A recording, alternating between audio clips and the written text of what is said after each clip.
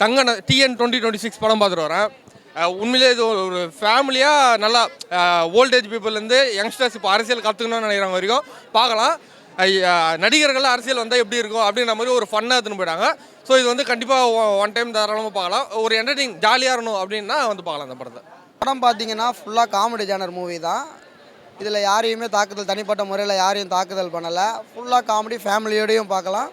கண்டிப்பாக பாருங்கள். இல்லை, அவரோட ஆக்டிங்லாம் ஸ்டார்டிங்கில் வந்த ரோலு, அவர் எப்படி திரைப்படத்துக்குள்ளே என்ட்ரி ஆகிறாரு, நெக்ஸ்ட் எல்லாம் சூப்பராக இருந்தது. படத்தோட ஒன்லைன் சொல்லணும்னா படமே சஸ்பென்ஸ் சொன்ன மாதிரி ஆகிடும். அதனால் எல்லோரும் வந்து கண்டிப்பாக படம் பாருங்கள். சான்ஸே இல்லை. ரெண்டு பேரோட காம்போவும் படத்தில் நல்ல கிளிக் ஆகிருக்கு. சூப்பராக இருக்குது படம். ரெண்டு பேரோட ஆக்டிங்கும் நல்லா இருக்குது பிரதர். கண்டிப்பாக ஃபேமிலி. அப்புறம் சொல்லுங்கள். சார் நல்லா இருக்கு சார் படம். டிஎன் 26 எல்லாரும் பார்க்கலாம். ஃபேமிலியோடு வந்து உட்காந்து பார்க்கக்கூடிய படம் சார்.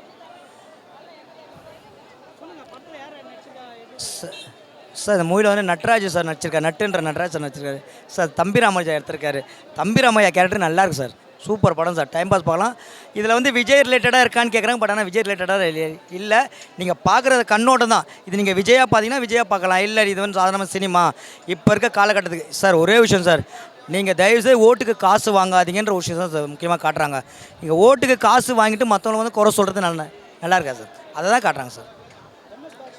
எம்எஸ் பாஸ் நல்லா நடிச்சிருக்காரு சார். அவரோட பாடி லாங்குவேஜ், அந்த லாங்குவேஜே நல்லா இருக்குது சார். அவர் 2026 நம்ம நட்டி சார் நடித்த படம். சூப்பர் படம். ஒரு என்டர்டெய்னிங்கான மூவி. நட்டி சார் வந்து ஒரு மாஸ் ஹீரோவாக இன்ட்ரடியூஸ் ஆகிருக்காரு. சூப்பராக இருக்குது.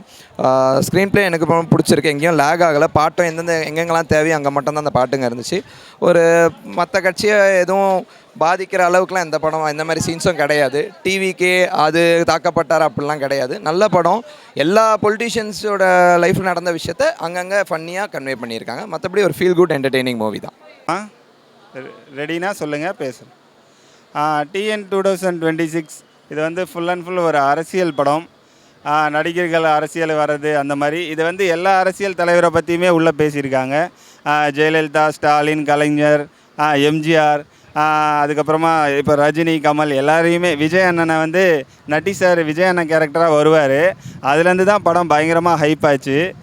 என்னென்னா அந்த விஜய் அண்ணன் எப்படி வருவாரோ அதே மாதிரி ஒயிட் ஷர்ட்டு அந்த சாண்டல் கலர் பேண்ட் போட்டு வருவார். அதுலேருந்து படம் வந்து நல்லா ஹைப் ஆகிடுச்சு.